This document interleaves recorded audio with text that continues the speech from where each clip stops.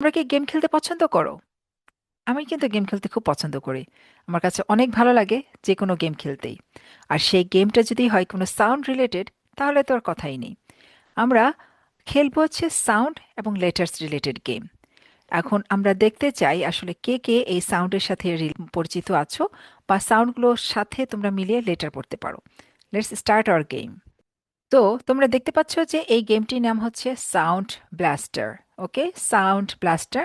আর আমরা পিক করছি হচ্ছে স্লো মোডে।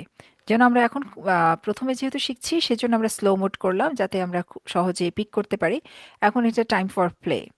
Alright, so 3, 2, 1. j Okay, so it says d. u So it says l. b It says b. So it says k. a The short vowel sound ah.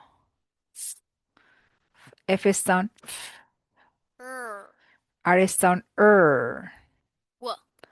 w W is sound wa. g G says g. E says a. z Z says z. mm, M says mm. I says a. j J says j. ch T says t. C says k. P says y f. Y says y. a O says o.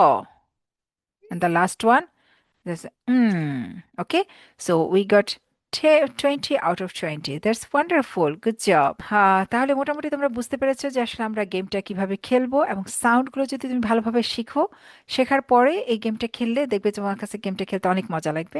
এবং তুমি গেমগুলো মাধ্যমে সাউন্ডটার উপরে আসলে তোমার perfect একটা idea হবে। সাউন্ডটা দিয়ে তুমি কিভাবে ওয়ার্ড ক্রিয়েট করবে, সেভাবে তুমি সুন্দরভাবে কিন্তু ওয়ার্ড ক্রিয়েট করতে পারবে। যেমন আমি ফর এক্সাম্পল আমি যদি বলি যে অ্যাট, তাহলে কি হলো? অ্যাট।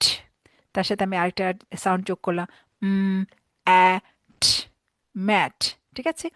সো নেক্সট ক্লাসে আমরা আরেকটা টপিক নিয়ে কথা বলবো। সো সেই পর্যন্ত শুভকামনা। আল্লাহ হাফেজ।